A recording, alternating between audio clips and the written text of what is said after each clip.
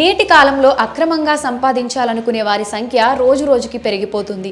దీనికోసం అనేక రకాల మోసాలకు కొందరు పాల్పడుతూ ఉన్నారు. కష్టపడి సంపాదించుకోవడం చేతకాక రోజంతా శ్రమించి సంపాదించుకున్న వారి ధనాన్ని కాజేస్తూ ఉంటారు.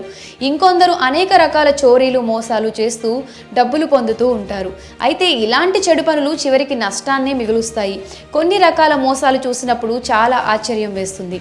అలాంటి ఘరానా మోసం ఒకటి గుజరాత్లో జరిగింది. నకిలీ టోల్ ప్లాజాను ఏర్పాటు చేసి కోట్ల రూపాయలను కొట్టేశారు. గుజరాత్ రాష్ట్రంలోని మోర్బీ జిల్లాలో ఓ నకిలీ వ్యవహారం బయటకు వచ్చింది. మోర్బీ కచ్ జిల్లాలను కలిపే 8వ నంబర్ జాతీయ రహదారిపై వాగసియా టోల్ ప్లాజా ఉంది. ఈ టోల్ ప్లాజాను తప్పించుకునేందుకు కొందరు వాహనదారులు మరో మార్గాన్ని ప్రత్యామ్నాయంగా ఎంచుకొని అటుగా వెళ్లేవారు. ఇలా అధిక సంఖ్యలో వాహనదారులు జాతీయ రహదారి పక్కన ఉన్న మరో మార్గంలో వెళ్లడాన్ని కొందరు కేటుగాళ్లు గమనించారు. వారి బలహీనతను ఆసరాగా చేసుకొని ఆ కేటుగాళ్లు కొత్త మోసానికి తెరలేపారు.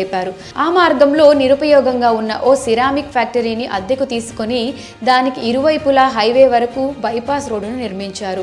అంతేకాక ఫ్యాక్టరీలోనే ఓ టోల్ ప్లాజాను ఏర్పాటు చేశారు. హైవేపై ఉన్న టోల్ ప్లాజా ఛార్జీల కంటే తక్కువగా వసూలు చేసేవారని తెలుస్తుంది. టోల్ ప్లాజా ఛార్జీలు తక్కువగా ఉండడంతో వాహనదారులు కూడా దీనిపైనే ఎవరికి ఫిర్యాదు చేయలేదని సమాచారం. ఈ ప్లాజా పైనే ఇటీవల స్థానిక మీడియాలో వార్తలు రావడంతో ఈ నకిలీ టోల్ ప్లాజా భాగోతం వెలుగులోకి వచ్చింది. దీంతో స్థానిక అధికారులు పోలీసులకు ఫిర్యాదు చేయడం, దానిపై కేసు నమోదు చేసి దర్యాప్తు చేశారు.